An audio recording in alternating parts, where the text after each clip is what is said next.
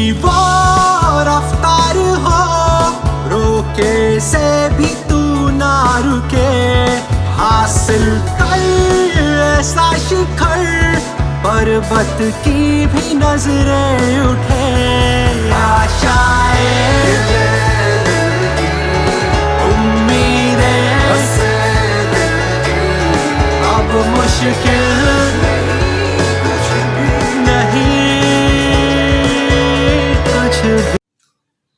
આપણો નેક્સ્ટ હવે chapter number 4 ગતિમાન વિદ્યુતભાર અને ચુંબકત્વ. આપણે વિદ્યુતભાર વિશે ઘણું બધું ભણી ચૂક્યા છે. વિદ્યુતભાર કોને કહેવાય?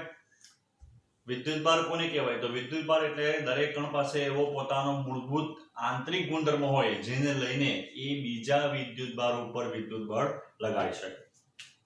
તો આપણે આગળ ભણી ચૂક્યા છે કે વિદ્યુતભાર જ્યારે સ્થિર હોય તો સ્થિર જ્યારે હોય ત્યારે તેના ગુણધર્મનો અભ્યાસ અને સ્થિર વિદ્યુતભાર શાસ્ત્ર કહેવાય. જેમાં આપણે ભણી ગયા એને લગતા વિદ્યુત ક્ષેત્ર, એનો ગુણધર્મ, વિદ્યુત બળ, વિદ્યુત સ્થિતિમાન, બરાબર છે, આ બધું આપણે ભણી ચૂક્યા છે. હવે જો વિદ્યુતભાર ગતિ કરે, ગતિમાન વિદ્યુતભાર હોય તો એ શું ઉત્પન્ન કરે? તો વિદ્યુત પ્રવાહ ઉત્પન્ન કરે. તેની ડિટેલમાં ચર્ચા કરી ગયા. વિદ્યુતભાર જ્યારે ગતિ કરે અને એને લઈને ઉત્પત્તિ અસર, એને કહેવાય વ્યાપક રીતે વિદ્યુત પ્રવાહ. જ્યારે બી વિદ્યુત પ્રવાહ ઉત્પન્ન થાય, બરાબર છે, એટલે શું ઉત્પન્ન થાય? તો જ્યારે આપણે કહીએ કે અત્યારે આપણે માત્ર વિદ્યુતભારને અચળ વેગથી જ ગતિ કરવાનો પ્રયત્ન કરીએ તો ત્યારે તો આપણે એમ કહી શકાય કે ચુંબકીય ક્ષેત્ર ઉત્પન્ન થાય, બરાબર છે. એટલે જ્યારે વિદ્યુતભાર ગતિમાન થાય એટલે કે જ્યારે વિદ્યુતભાર ગતિ કરે ત્યારે વિદ્યુત પ્રવાહ તો ઉત્પન્ન થાય દરેક વાહકમાં, પણ એ વાહકને લીધે શું થાય કે વાહકમાં જે વિદ્યુતભાર ગતિ કરે એને લઈને ચુંબકીય ક્ષેત્ર પણ ઉત્પન્ન થાય. આવું તમને આવી ચૂકેલું છે. યાદ કરો ઓસ્ટેટનો પ્રયોગ જ્યારે અથવા અવલોકન, જ્યારે કોઈ પણ વાહકમાંથી વિદ્યુતભાર પ્રવાહ પસાર કરવામાં આવે ત્યારે તેની આસપાસના વિસ્તારમાં ચુંબકીય ક્ષેત્ર ઉત્પન્ન થાય. ચુંબકીય ક્ષેત્ર છે શું? તો ચુંબકીય ક્ષેત્ર એટલે ગતિમાન વિદ્યુત પ્રવાહને લીધે ઉત્પન્ન થતી વ્યાપક અસર.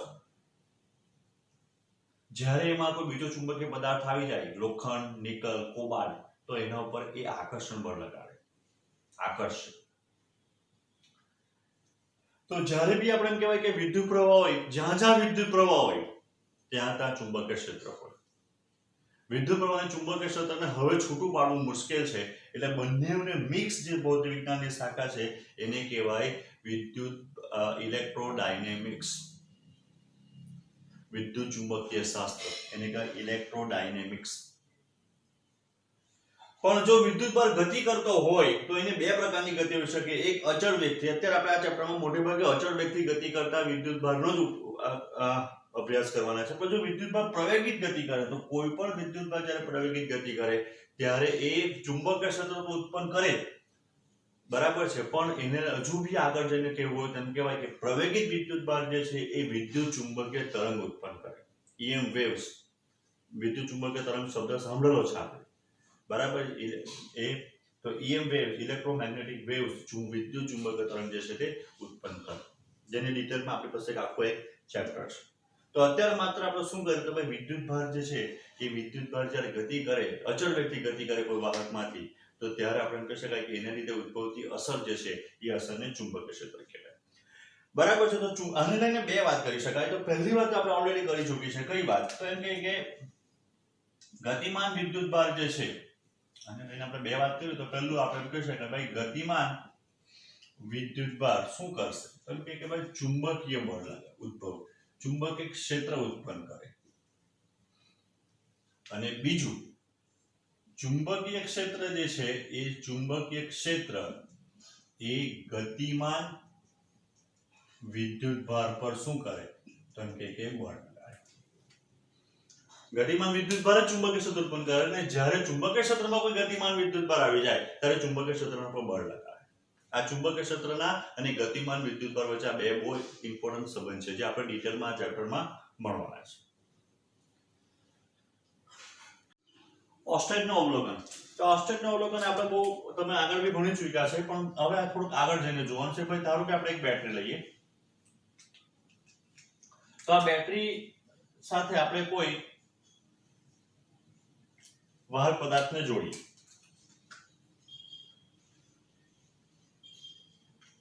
એટલે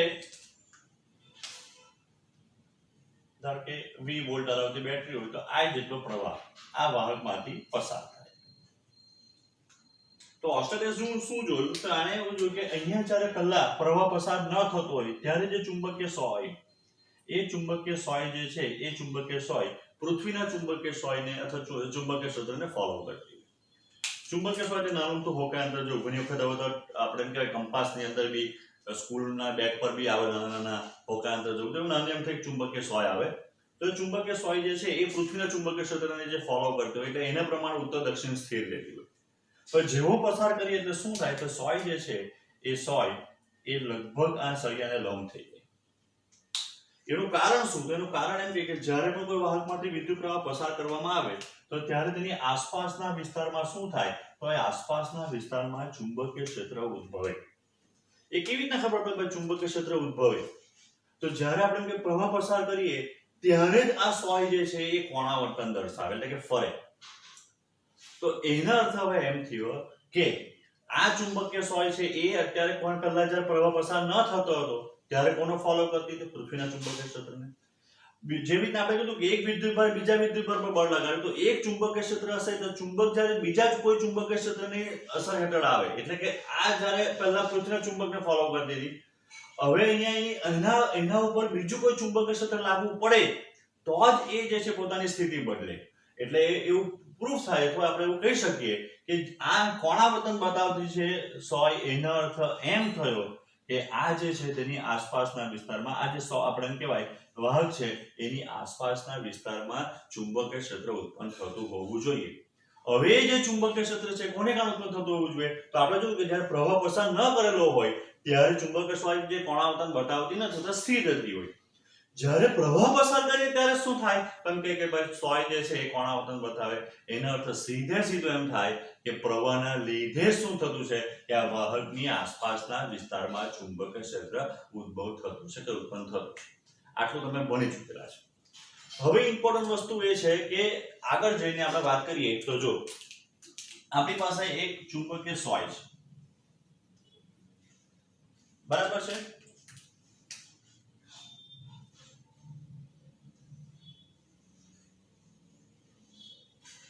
એને આ રીતે આપણે અલગ અલગ મૂકેલી છે બરાબર. આમ આમ કરી શકે તે અહીંયા જે છે એનો નોર્થ પોલ છે અહીંયા એનો સાઉથ પોલ છે.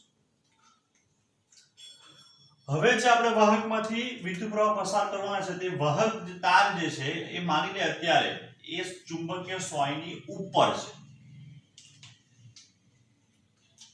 હવે એ વાહકમાંથી જ્યારે આપણે વિદ્યુત પ્રવાહ પસાર કરીએ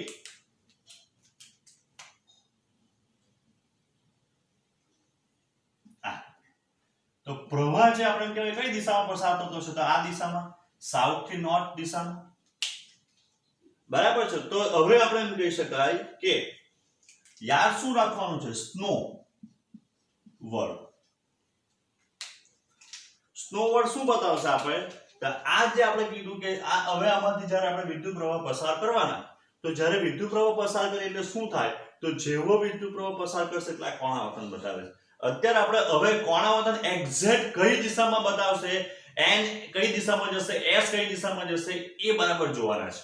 તો જો અત્યારે આપણે માની લઈએ કે આ જે છે દિશાની વિચાર કરીએ તો દિશા માટે આપણે એમ કહી શકાય નોર્થ સાઉથ આ ઈસ્ટ ને આ વેસ્ટ બરાબર. ભારતનો નકશો જે છે ત્યાં વિચાર કરવાનો એટલે આ વેસ્ટ થઈ ગયું આ બાજુ આપણું ગુજરાત છે આ ઈસ્ટ થઈ ગયું આ ગુજરાત વેસ્ટ બરાબર છે આ રીતના. તો હવે આપણે એમ કહી શકીએ જે આપણો સ્નો શબ્દ જે છે એ સ્નો શબ્દ શું બતાવશે તો જ્યારે when અથવા જ્યારે current flow from S to N wire is over the કોના પર છે ચુંબકની ઉપર છે O એટલે ઓવર ત્યારે નોર્થ પોલ જે છે એ નોર્થ પોલ જે છે એ વેસ્ટ તરફ એટલે કે આ બાજુ કોણાવર્તન પામે એટલે જે સોય જે છે એ આ દિશામાં કોણાવર્તન પામશે. when current is flow south to north when wire is over the magnetic needle અહીંયા O એટલે ઓવર વાયર ઉપર છે ત્યારે શું થાય તો નોર્થ પોલ જે છે એ નોર્થ પોલ એટલે ચુંબકીય ક્ષેત્ર એવી રીતે ડિફ્લેક્શન પામે કે જેથી નોર્થ એનો પોલ જે છે એ વેસ્ટ તરફ જાય. બરાબર. ધારો કે આપણે વિચાર કરીએ આ મેગ્નેટિક નીડલ છે,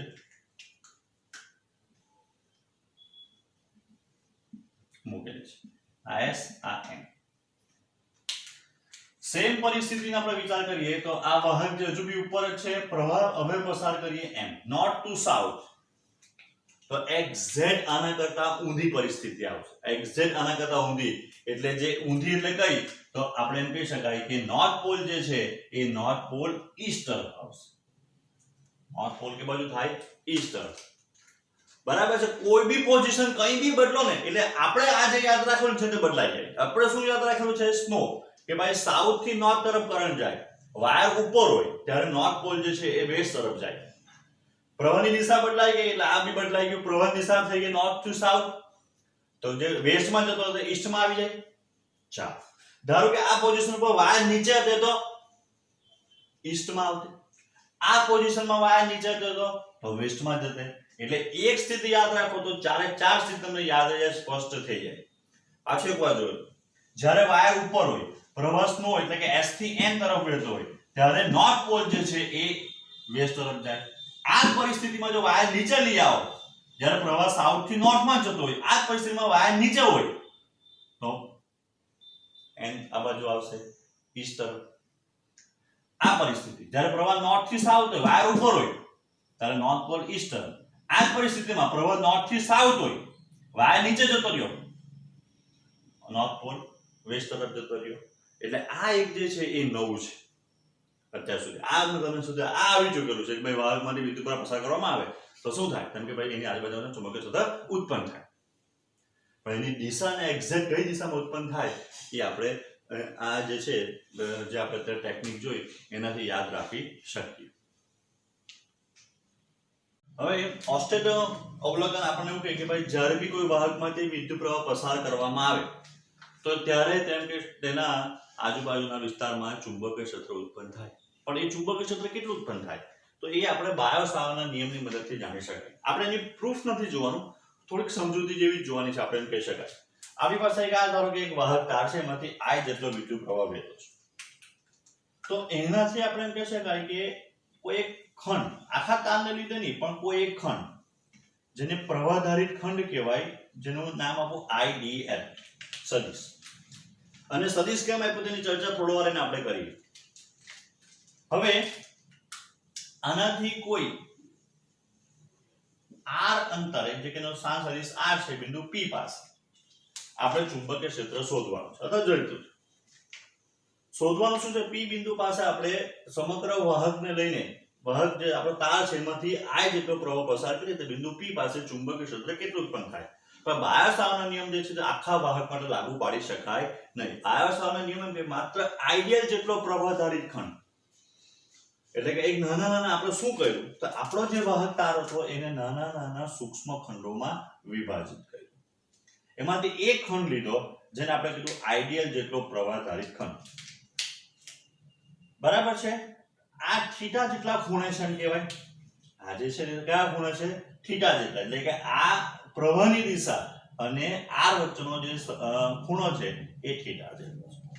તો હવે બાયોસાવર્ટનો નિયમ એમ કહે કે અહીંયા ઉદ્ભવતું જે ચુંબકીય ક્ષેત્ર જે છે P બિંદુ પાસે એને હું dB કેમ dB? B એટલે ચુંબકીય ક્ષેત્રની સંજ્ઞા છે. જેવી રીતે વિદ્યુત ક્ષેત્રની E છે તે ચુંબકીય ક્ષેત્રની B છે. dB એટલે તો સમગ્ર વાહક માટે હશે તો B લખતે આપણે. આ તો માત્ર નાના અમથા સૂક્ષ્મ ખંડ માટે લખ્યો એટલે મેં લખ્યું dB.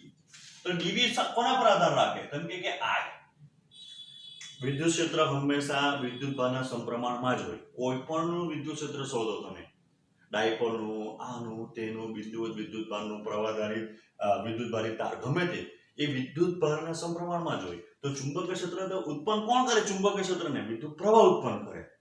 તો એ વિદ્યુત ચુંબકીય ક્ષેત્ર કોના સમપ્રમાણમાં હોવું જોઈએ? વિદ્યુત પ્રવાહના સમપ્રમાણમાં હોવું જોઈએ. જેમ બિંદુ આ P જે છે એ દૂર હશે, બરાબર છે, તો જેમ બિંદુ P દૂર હશે તેમ શું થાય? કેમ કે આપણને ચુંબકીય ક્ષેત્ર ઓછું મળતું જાય. પણ જે રીતના કુલમ્બનો નિયમ બી એ વ્યસ્ત વર્ગનો નિયમ છે તે જ પ્રમાણે આપણે એમ કહી શકાય કે ચુંબકીય ક્ષેત્ર જે છે એ બી વ્યસ્ત એટલે કે r જેમ વધતો જાય તેમ b ઘટતું જાય, પણ ચુંબકીય ક્ષેત્ર જે છે એ r² ના વ્યસ્ત પ્રમાણમાં ચાલે.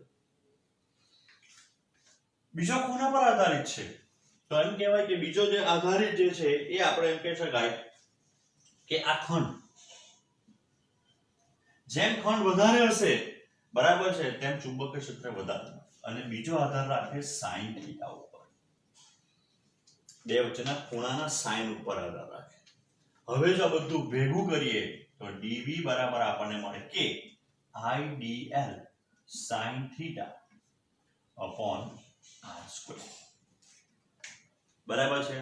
બોની ખબર પડી હોય તો ખાલી ચોપડીમાં ને બધી જગ્યાઓ પર તો એવું જ કીધેલું છે ભાઈ કે બાયોસાવર્ટનો નિયમ એટલે ભાઈ આઈડિયલ જેટલા પ્રવાહધારિત ખંડને લીધે તેનાથી r જેટલો સ્થાન સદિશ ધરાવતા બિંદુ p આગળ ચુંબકીય ક્ષેત્ર એ આટલું મળે. બરાબર. હવે પ્રશ્ન ઉત્પન્ન થાય k નો. તો આપણે ત્યાં વિદ્યુત બળ માટે જે કુલમ્બનો નિયમ જોયેલો હતો તેમાં k બરાબર લખતા હતા 1/4πε0. અહીંયા લખવું પડશે μ0/4π. આના માટે શું લખવું પડશે? μ0/4π. જ્યાં μ0 એ શું છે?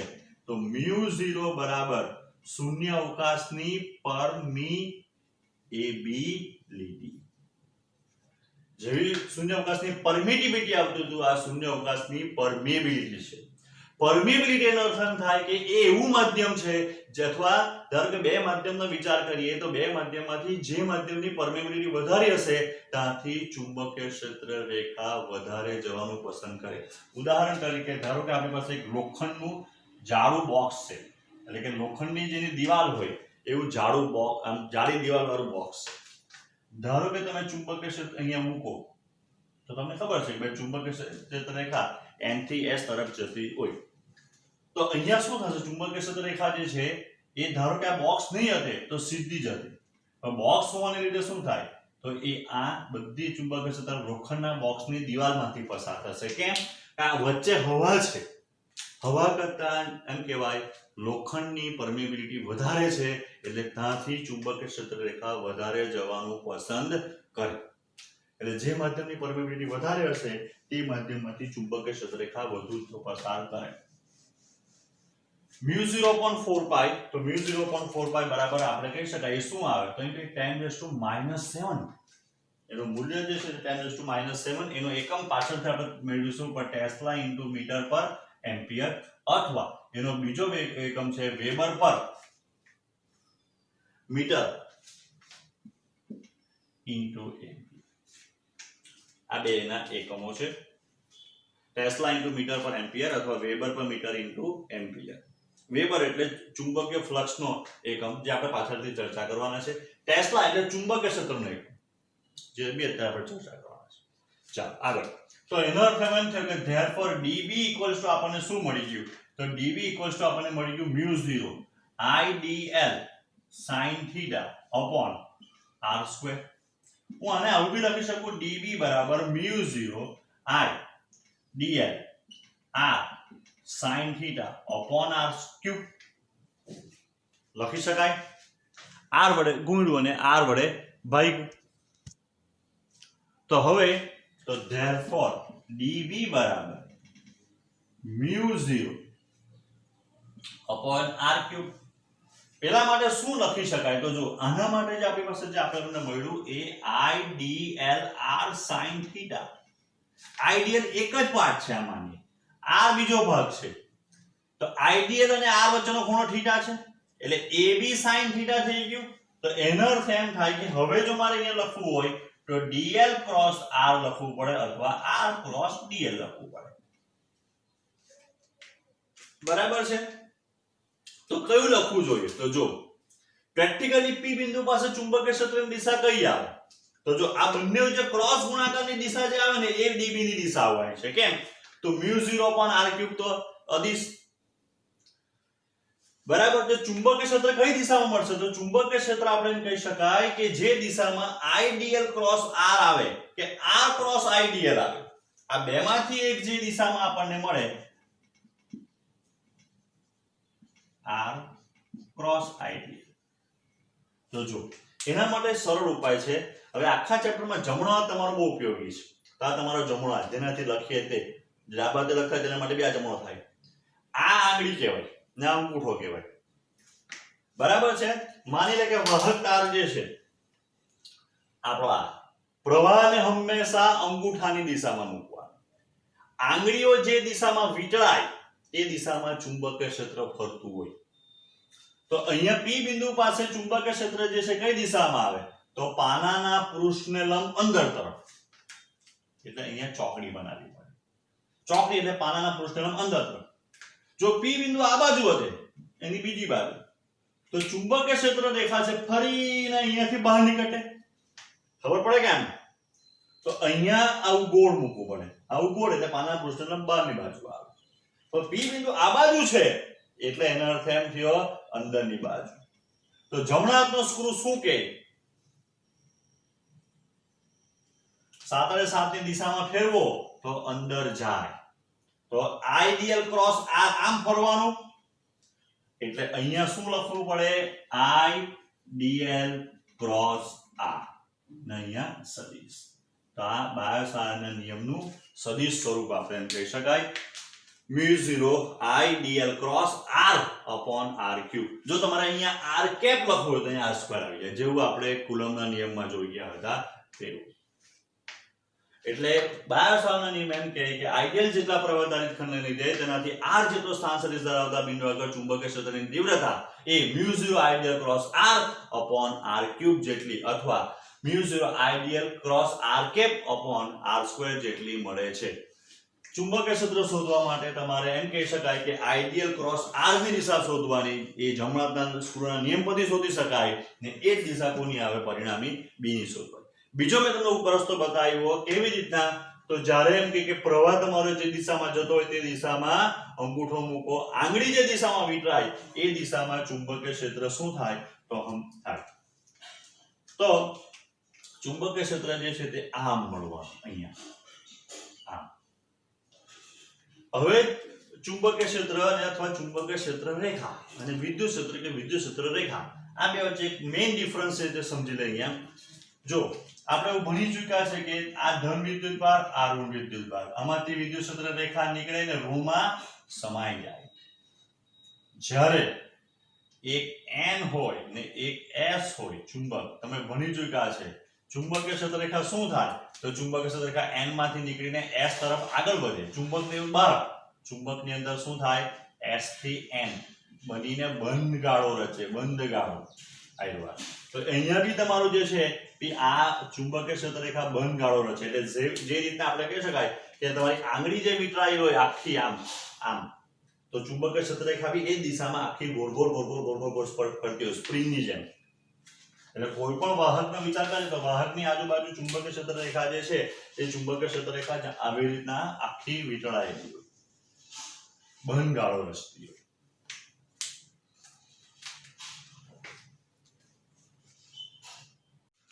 હવે ચુંબકીય ક્ષેત્રનો જે એકમ છે ટેસ્લા એના વિશે થોડુંક જોઈએ.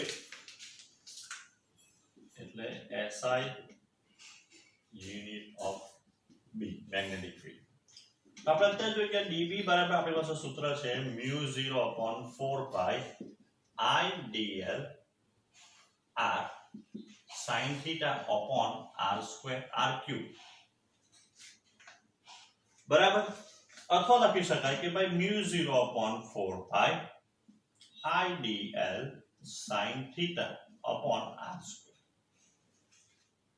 ચાલો હવે આ એક ધારો કે વાહકતા એમાંથી I dl તો પહેલા I બરાબર 1 એમ્પિયર dl બરાબર 1 મીટર r બરાબર બી 1 મીટર થીટા બરાબર 90 બિંદુ P. ખબર પડી? એટલે આપણે જે વાહક તાર લીધો છે એ વાહક તારમાંથી 1 એમ્પિયર જેટલો પ્રવાહ પસાર થાય. એ વાહક તારનો ખંડની લંબાઈ 1 મીટર છે. એનાથી 1 મીટર જેટલા લંબ અંતરે આવેલા બિંદુ P પાસે આપણે વિચાર કરીએ તો therefore B બરાબર તો mu0 એટલે 4 pi into 10⁻⁷ divided by 4 pi 1 into 1 sin 90 એટલે 1 upon 1 square. તો therefore dB બરાબર આપણને મળી શકે 10 raised to minus આનો એકમ થવાનો ટેસ્લા, ચુંબકીય ક્ષેત્ર એકમ ટેસ્લા છે, પણ હવે જો તમે ટેસ્લાને જો કરતા બનાવો તો 10 raised to dB થવાનું 7. તો આનો અર્થ એમ થાય કે 1 ટેસ્લા એટલે કેટલું ચુંબકીય ક્ષેત્ર? તો જ્યારે કોઈ વાહક હોય એમાંથી 1 એમ્પિયર જેટલો પસાર થાય, એ વાહકની લંબાઈ 1 મીટર જેટલી હોય, એ વાહકથી 1 મીટર જેટલા લંબ અંતરે બરાબર છે ઉદ્ભવતું જે ચુંબકીય ક્ષેત્ર 10⁷ ગણું હોય ત્યારે એને 1 ટેસ્લા જેવું કહેવાય. બરાબર, આ એક ટેસ્લાની એસઆઈ એકમ જેવી વ્યાખ્યા છે.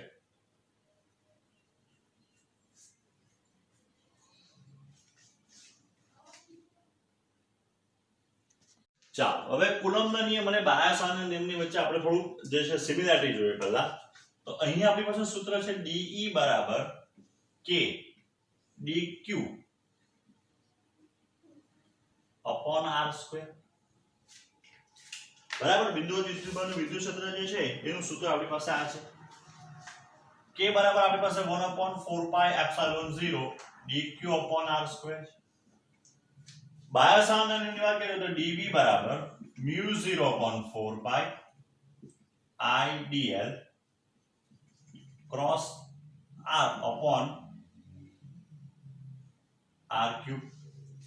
અથવા મેં તમને કીધું કે અહીંયા r કેપ લખું તો અહીંયાથી એક બી r ઓછો થઈ જવાનો. હજુ બી નહીં ખબર પડતી હોય તો એના કરતા સીધે સાધું લખીએ તો IDL sin theta upon r square. રસ્તામાં એક સૂત્ર આવતું હતું. તો જો બંનેનું સિમિલારિટી સૌથી મોટી એ છે કે બંને r સ્ક્વેર ના વ્યસ્ત પ્રમાણમાં ઘટે. બરાબર, વિદ્યુત ક્ષેત્ર જે છે એ dq જેટલા વિદ્યુત ભારિત ખંડને લીધે ઉત્પન્ન થાય, જ્યારે ચુંબકીય ક્ષેત્ર જે છે તે આઈડિયલ જેટલા પ્રવાહધારિત ખંડને લીધે ઉત્પન્ન થાય. dq જેટલા વિદ્યુત ભારને લીધે ઉત્પન્ન થાય, આ પ્રવાહધારિત ખંડને લીધે ઉત્પન્ન થાય. બીજું, વિદ્યુત ક્ષેત્ર કે પરિણામી વિદ્યુત બળ શોધવા માટે જ્યારે એકથી વધુ વિદ્યુત ભાર હોય ત્યારે આપણે સંપાત પ્રવાહનો સિદ્ધાંત લાગુ પાડતા હતા. તો આ બંનેને સંપાત પ્રવાહનો સિદ્ધાંત લાગુ પાડી શકાય. જ્યારે જરૂર હોય ત્યારે બંનેને સંપાત પ્રવાહનો સિદ્ધાંત લાગુ પાડી શકાય, અથવા બંને સંપાત પ્રવાહના સિદ્ધાંતને ફોલો કરે આપણે એમ કહી શકાય. બરાબર, બંને જે છે એ બંને એ આપણે એમ કહી શકાય કે એ ગુરુ અંતરીય બળ છે. ગુરુ અંતર અનંત અંતર સુધી વિસ્તરેલું છે. બંને ગુરુ અંતરીય બળ છે આપણે એમ કહી શકાય.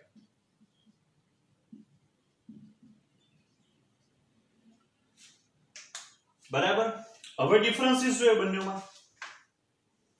અત્યાર સુધી આપણે સામ્યતા જોઈ ગયા, હવે ડિફરન્સીસ જોઈએ. તો બંને વચ્ચે સૌથી મોટો ડિફરન્સ શું છે? તો સૌથી મોટો ડિફરન્સ એ જે છે કે આ જે છે એ કેવું છે? અદિશ છે. વિદ્યુતભાર જે છે તે અદિશ છે, એટલે વિદ્યુત ક્ષેત્ર અદિશ કોઈ એવું કારણ છે જેને લીધે ઉત્પન્ન થાય. અહીંયા આપણે બરાબર જોવા જઈએ તો આ આઈડિયલ સદિશ છે. હવે સદિશ કેમ લીધેલો? તો જો આપણે આગળ ચર્ચા કરી ગયા કે આ રીતના અહીંયા P બિંદુ આગળ આપણે ચુંબકીય ક્ષેત્ર શોધતા હતા. તો P બિંદુ આગળ ચુંબકીય ક્ષેત્રની દિશા જે છે એ પ્રવાહની દિશા પર આધારિત છે. ધારો કે તમે પ્રવાહ બદલી કાઢો આમ તો ચુંબકીય ક્ષેત્રની દિશા બહારની થઈ જશે. બરાબર, અંદર આ બહાર, એટલે કે પ્રવાહની દિશા પ્રમાણે ચુંબકીય ક્ષેત્રની દિશા P બિંદુ પાસે બદલાય. પણ પ્રવાહનો અદિશ ભૌતિક રાશિ છે, એટલે પ્રવાહને માથા પર સદિશ થી લખી શકો. એટલે એને બેકઅપ આપવા માટે IDL જેટલું આનું, એટલે કે હવે આ dl સ્થાનાંતર સદિશ છે. એટલે જો પ્રવાહ આમ જતો હોય તો dl આમ દોરવો પડે, પ્રવાહ નીચે જતો હોય તો dl તમારો આમ દોરવો પડે.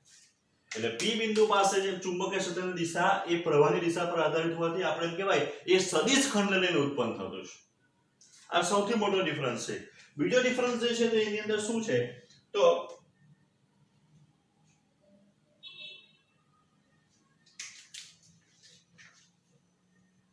તો કુલમ્બનો નિયમ જે છે એ નિયમની અંદર બે વિદ્યુતભાર જે છે એનું અંતર r છે. પછી કોઈ બી દિશામાં બે વિદ્યુતભાર વચ્ચેનું અંતર r હોય, બળ એક જ સરખું લાગે. જ્યારે અહીંયા ચુંબકીય ક્ષેત્ર જે છે એ જુદી જુદી જગ્યા પર જુદું જુદું અનુભવાય. એટલે કે અહીંયા જે થીટા જે આવતો છે એ એવો અહીંયા થીટા કોઈ જગ્યાએ આવતો નથી. ચાલો હવે આપણી પાસે બે અજ્ઞાત થઈ ગયા. એક આપણા અચળાંક, એક છે ε0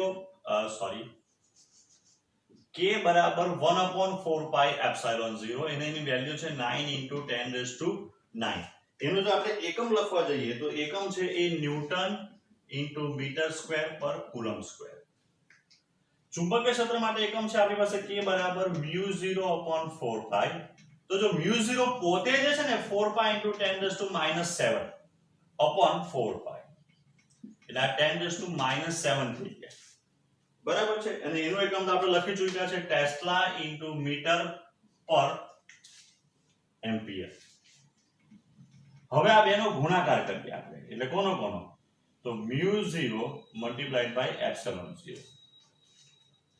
તો μ0/ε0 બરાબર, તો જો μ0/4π મલ્ટીપ્લાઈડ બાય 4π એપ્સિલોન 0. 4π વડે ગુણો 4π વડે ભાઈ. આની વેલ્યુ કેટલી થઈ ગઈ? 10⁻⁷ મલ્ટીપ્લાઈડ બાય, તો આની વેલ્યુ કેટલી થાય? તો આની વેલ્યુ ઊંધી થવાની 9 * 10⁹. So therefore μ0/ε0 is equals to આપણને શું મળે? તો 1/9 * 10⁻⁷. આ નીચે આવો. બરાબર છે. તો એ કેટલા થઈ જવાના? 16. Therefore 1/μ0/ε0 is equals to 9 * 10⁻16 થઈ ગયા. તો therefore 1/μ0/ε0 આ 3 * 10⁸ નો સ્ક્વેર. તો 3 * 8 એટલે કોણ? તો 3 * 8 એટલે શું? તો સ્પીડ ઓફ લાઇટ. એનો અર્થ છે કે c is equals to 1/વર્ગમૂળની અંદર μ0/ε0. આ μ0 અને ε0 વચ્ચેનો સંબંધ કહી શકાય. μ0/ε0 અને c વચ્ચેનો સંબંધ કહી શકાય. વિદ્યુત ચુંબકીય તરંગનો આખો આપણું ચેપ્ટર છે. એ ચેપ્ટરની અંદર વારંવાર આપણનો ઉપયોગ કરવાનો છે. c = 1/μ0 વર્ગમૂળમાં μ0/ε0.